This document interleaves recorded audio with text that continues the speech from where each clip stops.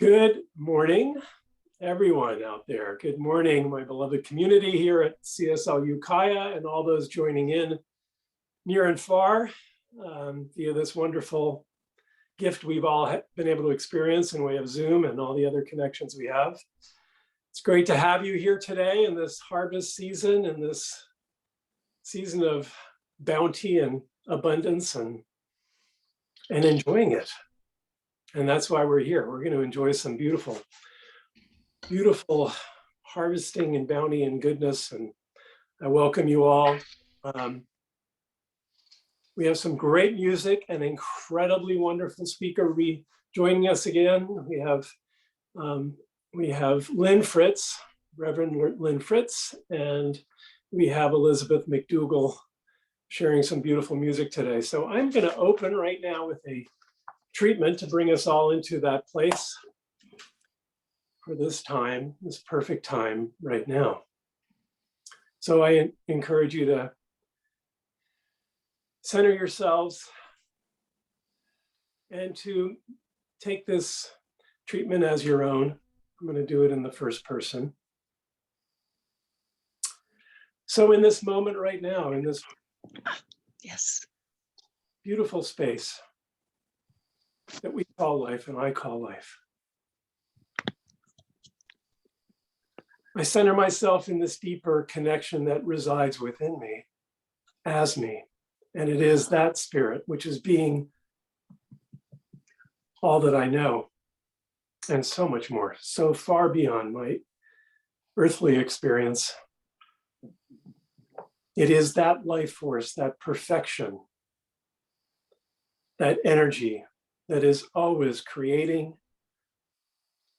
unfolding, changing and recreating again itself even more perfectly, even more beautifully, and more wonderfully. And there's a balance in it and a deep residing peace back of that power and that change that I center myself now to listen to it that is being me, that one mind, that one thought, that one creative force that is expressing itself through me always. So I listen now even more deeply. I let go of my mind. I let go of any chatter.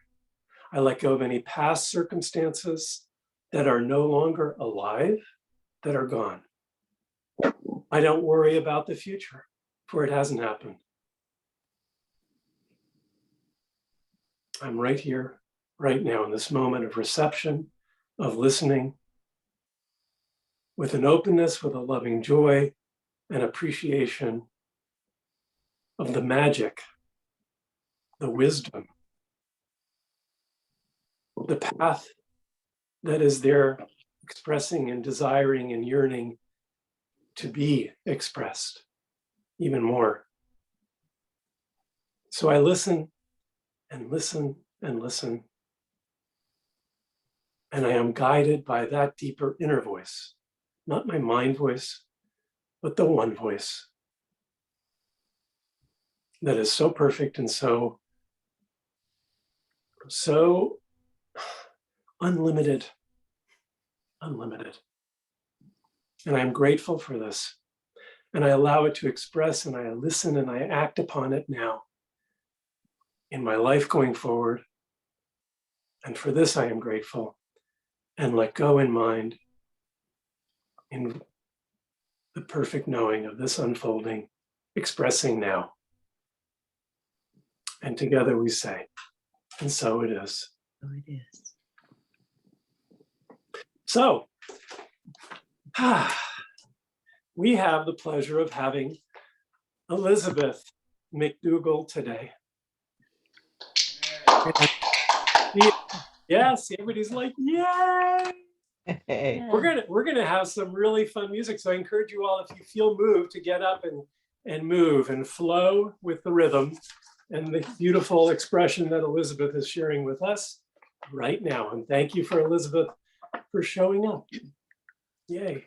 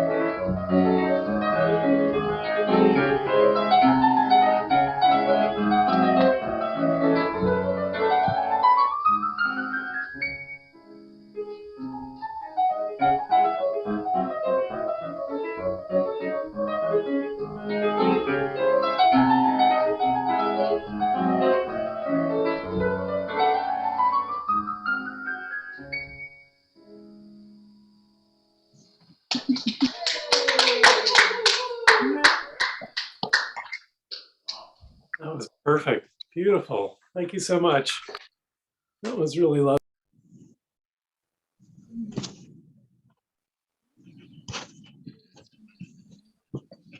Jack. I have. I did. So thank you, Elizabeth. That was beautiful. And I am here now to introduce our speaker today. We are fortunate again to have. Jack, unmute yourself. I have. I am. I can hear him. I can hear him. I can hear it. Okay, yeah, no, Okay, good. Anyway, back to Lynn. So Reverend Lynn Fritz, we've had the pleasure of having here before. She's an ordained minister with Centers for Spiritual Living. And oh my goodness, I apologize, guys. Hang on a sec. And she is also a licensed family and marriage therapist. In addition, a Karuk Tribal descendant, a Native American spiritual practitioner, chair of the Shasta Interfaith, and an association of 23 diverse faith communities. And Lynn has produced and hosted a weekly radio program for over 12 years. So an incredibly giving, gifted, and wonderful, wonderful teacher and guide on this path that we're all on. And we're very grateful to have her here. Today, her topic is on Kairos, which we will learn more about right now. Thank you, Lynn, for joining us today. Thank you. Thank you. It's good to see everyone. Hello, hello. Missed you. And isn't it lovely time of year, autumn? It's my second favorite time of the year. Spring is my favorite. Autumn with its all glorious autumn leaves. I love those. And today's especially significant for us because this is October 31, Halloween. So before we, before we launch into talking about Kairos time, you guys remember the origin of Halloween? Raise your hand if you remember. A couple of us. So Celtic tradition, over 2,000 years old. And so when we think of it, historically, they used to light bonfires and wear costumes. And the whole focus of it was to ward off ghosts. Ooh, that's where we get the ghosts that show up for the costumes. But the Pope, back about I think it was the 8th century, decided that he wanted to honor the saints. So he made November 1 All Saints Day. And so it's evolved through time. What's really disturbing and interesting is for us today, this is just a side note, for Americans, there's an estimated $6 billion annually spent on Halloween, country's largest commercial holiday next to Christmas. I know there was a big thing on the internet about people dressing up their pets too, but I wonder how it would affect our world if we took half of that $6 billion and fed the hungry and needy. But I think it's also important to recognize, which I know we do looking at the autumn leaves, it's the end of summer, end of the harvest, and the beginning of winter. Beginning of reduction of light and the cooler temperatures. I can tell you, I feel every increment of reduction of light. I'm not a heat person of summer, but I love the long days, the light of summer. It was believed on this time frame of Halloween, which was originally called, there's two different ways of saying it. Samhain, it's Samhain's original Celtic tradition. So they pronounce it several different ways. Probably the most common is Samhain. Kind of interesting to remember it from sowing crops and their harvesting. But they believed that the world of the living and the dead became blurred. You might say, as we in modern contemporary speak, the veil became thin and where they could travel between worlds. So that's why the emphasis on ghosts. And some communities, some faith communities do not prescribe and practice any of the traditions of Halloween because of the nature of its history. But I also think because we have different seasons of time, it's also important for us to think about Kairos time. So just a little reminder, that's when we enter into an opportune or decisive moment, a time when the conditions are just right to accomplish a critical action. And if we look at our world today, I believe that's a time frame that we are in. I just did a virtual attendance at Parliament of World Religions. Did anybody attend? In 2023, the conference will be hosted in Chicago, where it was originally launched in 1893. And so I encourage you at least once in your lifetime to try to attend. The virtual conference was not quite like being there in person, except I was introduced and had experiences and contacts with other faith traditions that I had never previously met. So it was very, very moving in many, many ways. So I want us to pause for a moment, just as we begin into the more meatier content of our coming together. I'm going to invite you to close your eyes. And let's join together by taking a long, slow, deep breath in.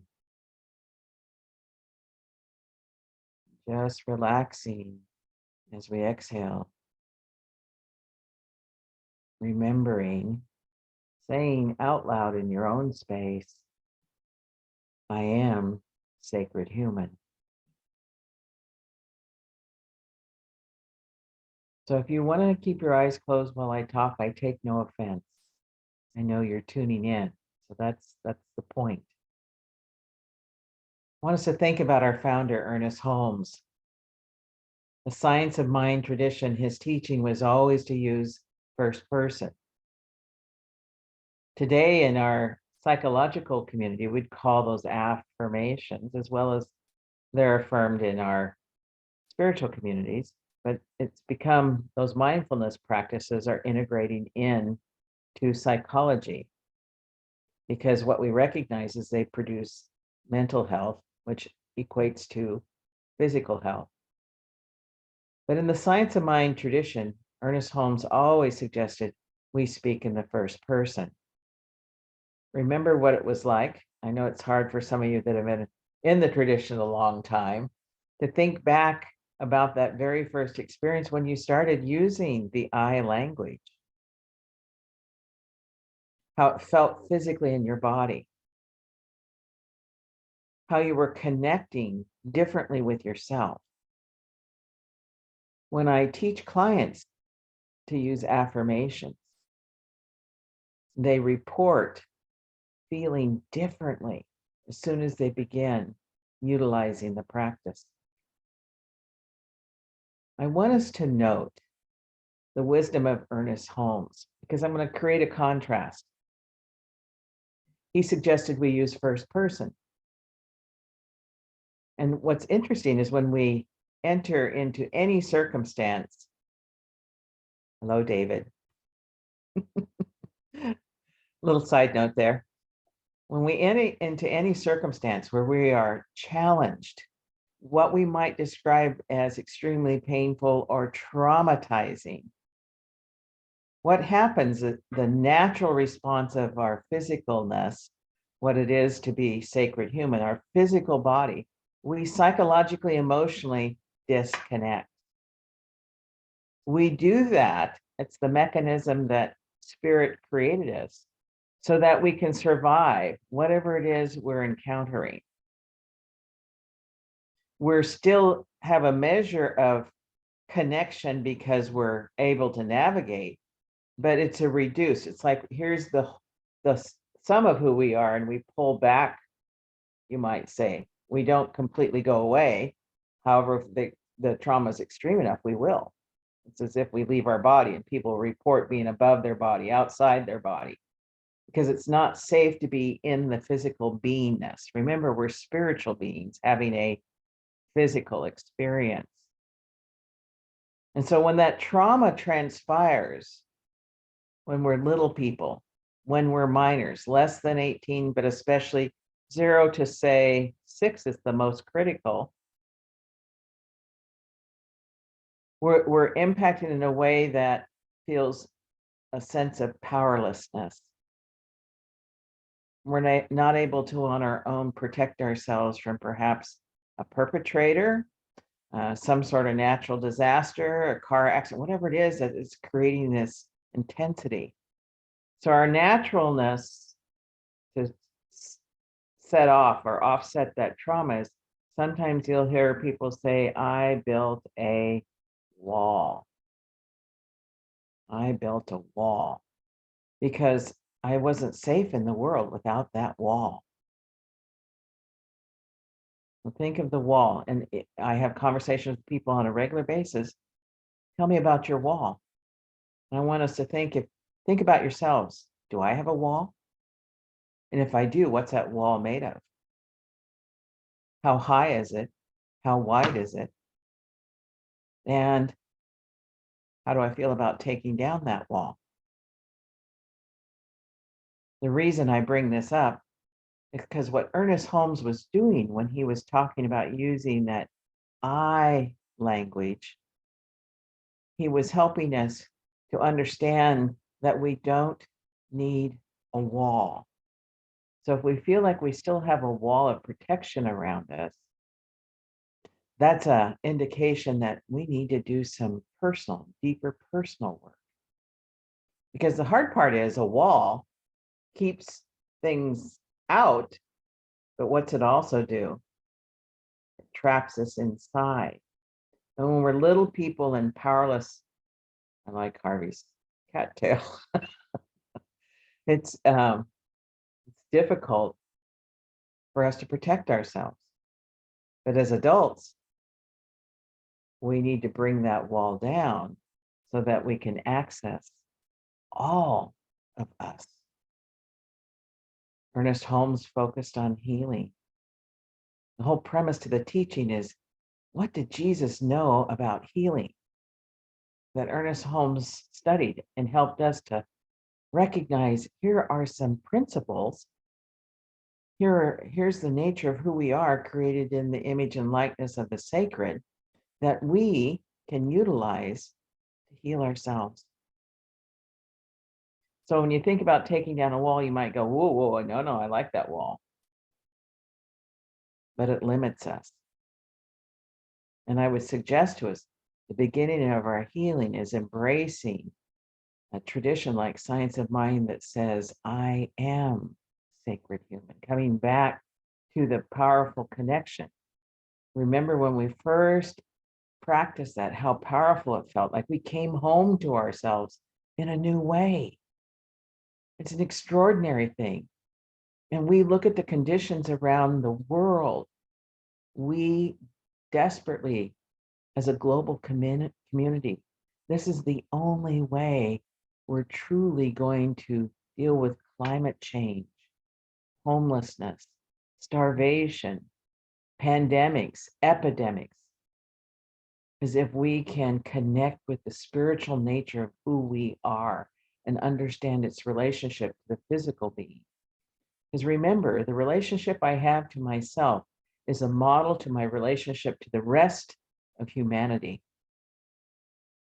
So if I'm at discord with myself, there's no way I can be in harmony with humanity. That's why the teaching is, it begins with us, doesn't it? I have to go within. I have to go home to myself, to the connection of the sacred within me, to understand that relationship and begin accessing it so that I can heal first myself before I can relate to the world in a healing way. And we all know it's the challenge of balance in daily life, the challenge of work and demands of children and families and taking care of ourselves, taking care of others within our circle. But we must grow beyond that to create healing and wholeness opportunities through our relationship to others in the larger world. Awakening humanity to its spiritual magnificence. First, we awaken to ourselves, and then we awaken larger community. So I want you to notice what you're feeling about this, and there's probably some questions that come up. Taking down the wall has to be done by the individual. You can use a therapist or a spiritual mentor to help with that, but it's not for someone else to rip down. It's for the individual to access and connect with the sacred within them so we can learn to take that wall down. A wall is very different than boundaries. Boundaries I would describe energetically as they're translucent transparent. I can move in the world. It's kind of like the ever see a sci-fi movie where they have the force field? It's still open, but it's more permanent where people can come very close to you, but you remained untouched unless you welcome that energy. So I'm thinking about this in connection to our own journey. Do I ever sense myself disconnected? How do I know when I'm disconnected? Sometimes we disconnect simply out of fatigue, like we might say, I checked out, which is important that we give ourselves appropriate rest, isn't it? Appropriate rest means appropriate sleep. If you're having sleep issues, you can't be healthy. You need to focus and care for yourself in a kind and loving way so that you resolve those issues. None of us would ever think about, well, I'm just going to stop eating, or I'm going to stop drinking water because maybe there's a shortage of water in the world. What kind of sense does that make? It doesn't, does it? We have to have personal well-being and health first. So when I come back to myself, what am I noticing? Do I feel connected or disconnected? And I should always be connected. Even when I'm sleeping, I'm connected. So if I notice myself kind of separate from myself, even it might be close, we're intended to be whole. So I want to apply that to our science of mind teaching also. Ever give a treatment, say a prayer, affirmative prayer, when it feels like it goes nowhere, it's flat, it seems like just words, or sometimes we might even describe our life like that, like we're going through the motions. And that's a state of when we really need to come back to our spiritual practices of attuning to, perhaps through meditation, through, as Jack said, listening, listening, listening, so that we reconnect with ourselves. When we reconnect with ourselves, then our prayer, our treatment, has this energy, a unification of what? Intellect and emotions, right? And that's where the power is. Science is studying emotions today because they recognize there's something they don't know about the power of the emotions. And so that reconnects us to the sacred within us and the sacred that surrounds us. Always the question, where am I in my spiritual journey? Where am I in my connection to the sacred? When I travel, part of always what I do is look for sacred sites. What people will call sacred sites. I can find sacred sites along the Sacramento River where there's no designated sacred site. I can find that sacred site when I simply close my eyes and I connect with something much bigger than me.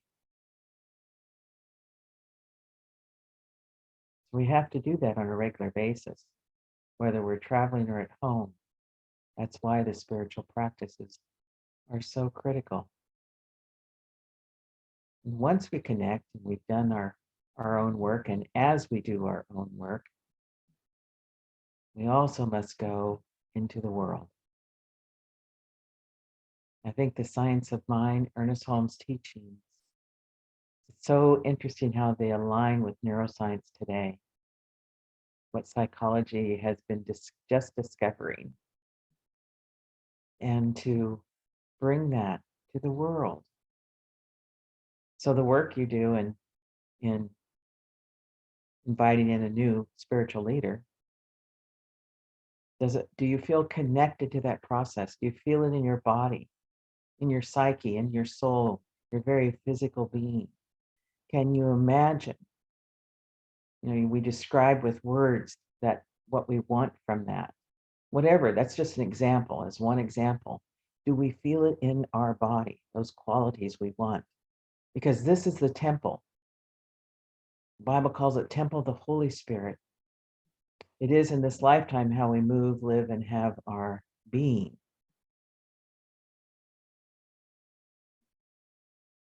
So tuning in, how does it feel? Do I feel it clear down into my bones?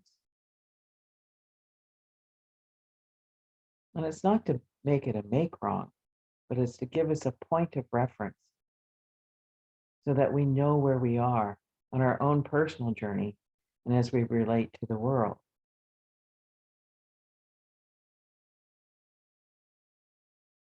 There's so much chaos in the world. We've seen a lot of political divide. We've seen political divide in this nation like we've never seen before. At least in my lifetime, we see a lot of violence. And so oftentimes I hear people say they should think like this. I don't understand why they don't think like this. Has to do always with experience, their relationship to trauma. Are we in the fear in one of two ways? Are we in life in one of two ways? We're either in fear or we're in love as we move through this lifetime. So if we're in fear, our thought processes, the way we relate and show up in the world is completely different than if we're in love. So one of the quotes that I use to keep me on my course of maintaining openness and approachability is a quote from Rumi.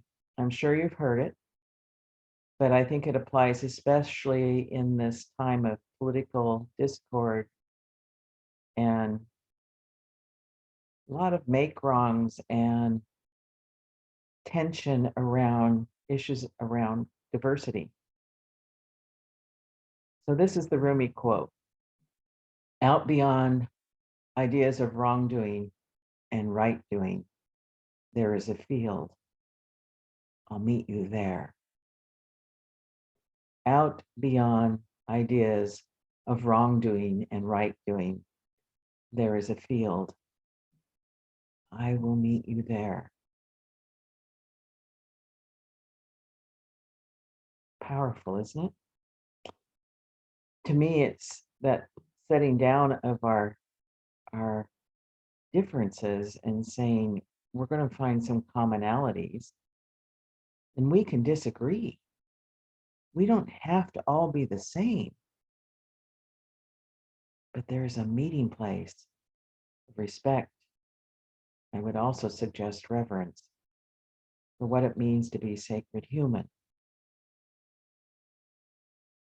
So we have to bring that to our individual lives and the other task of bringing it to our larger communities. It is a daunting, but how can I have a conversation with someone who is at a completely different political perspective than myself? This is where I language. And it doesn't have to be just political. It can be just a faith tradition that's very different. Conservative Christianity has a very set way of how to look at the world. So how do I converse? Psychology, we are always teaching I language, just as Ernest Holmes, because when I'm using I language, I feel, or my experience, staying with myself, my power, my knowing, it's different than if I say you. The moment I say you feel the walls of defense going up, right? So holding to that teaching of the science and mind tradition, using I, staying in my power, but then I can ask questions. How do you see things? Can you explain that to me, how you see things? And the energy we're creating is one of respect. one of deep listening. That's how we connect to the sacred, is through deep listening. We have to bring that model to when we are meeting people that are uniquely different than us, that we may not understand or agree with.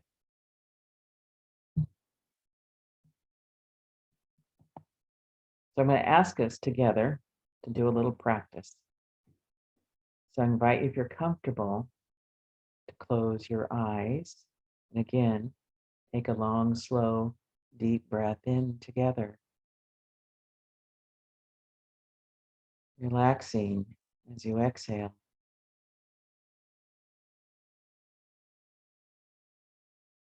And this is a practice I do with every client that comes in to see me. I ask you to repeat after me. I am sacred human. I am open, calm, and relaxed.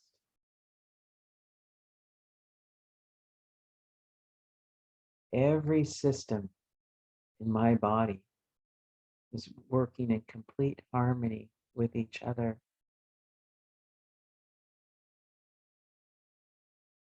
I sense a connection to myself and the sacred.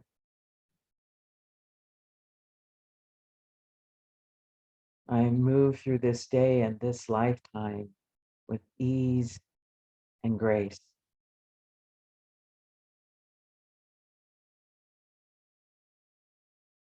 The energy from my body and being is one of peace, respect, and reverence.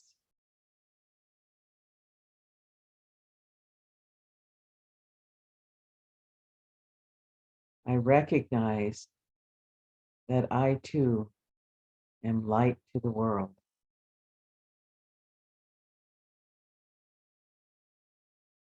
I allow my light to shine.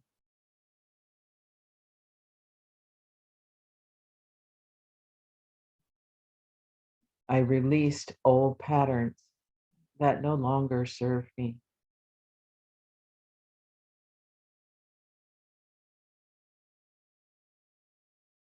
I'm aware and awake to who I am in spirit.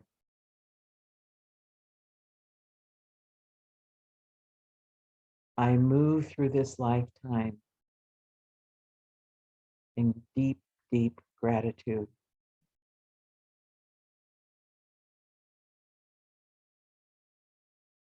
And I too go to the field beyond right doing and wrongdoing.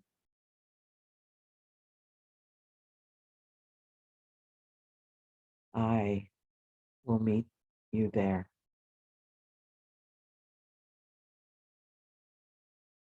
This is our prayer. And so it is.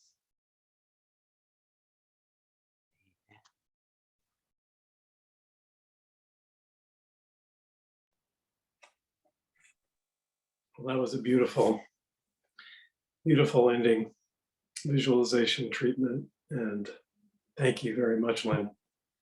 Really appreciate it. A great deep centering and a great message for this time. I know for me too, that touches a chord, because it is a difficult time at times with all that's been going on and also communicating. So anyway, thank you. It's lovely. So we're moving on here. It's a hard thing. I'm just sort of like in this space. So, all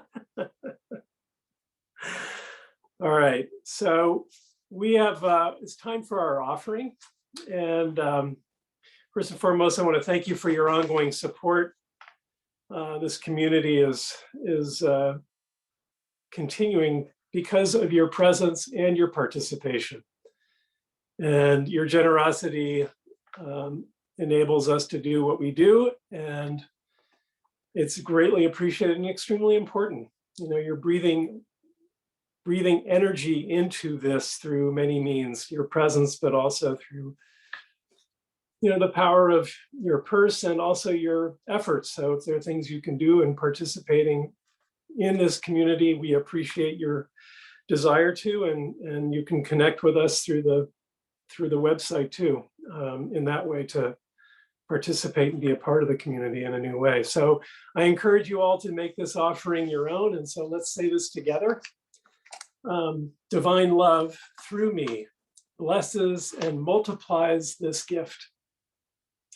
With all my heart and with all my mind, I know that I am saying yes to something I value.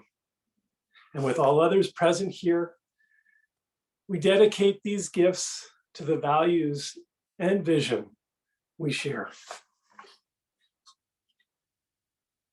So I want to invite, and we have a lot going on here. I was just going to say, I wanted to invite Elizabeth to do a closing piece, and then I'm going to do a little more announcements afterwards. But let's have some music. I think we need some Chopin. And then I'm going to come back.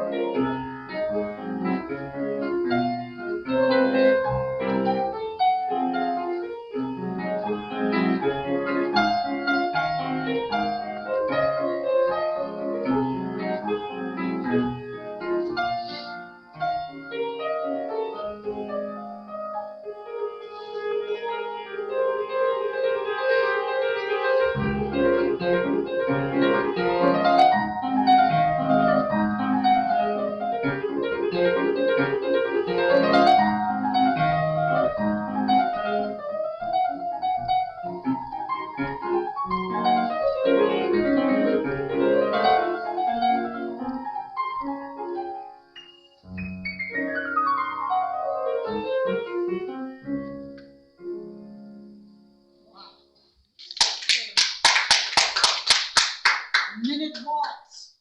Beautiful. We needed that. We needed a little uplifting dancing music there for us. So thank you, Elizabeth. That was really beautiful again. Really appreciate it. So I'm closing this out a little differently today. I just felt like we needed some music then. And I just want to invite you all, any new participants, that we are continuing our Sunday service, obviously in person in the church and also live. And if you would like, we have also our Facebook page. You can see, connect with us there, and also on the website, which is www.cslukaya.org. If you plan to attend, please, you need to bring masks, and we also have masks in the center and all that's appropriate to keep everybody safe. And I would recommend, well, that's it. It's all on the website, is most of the information there.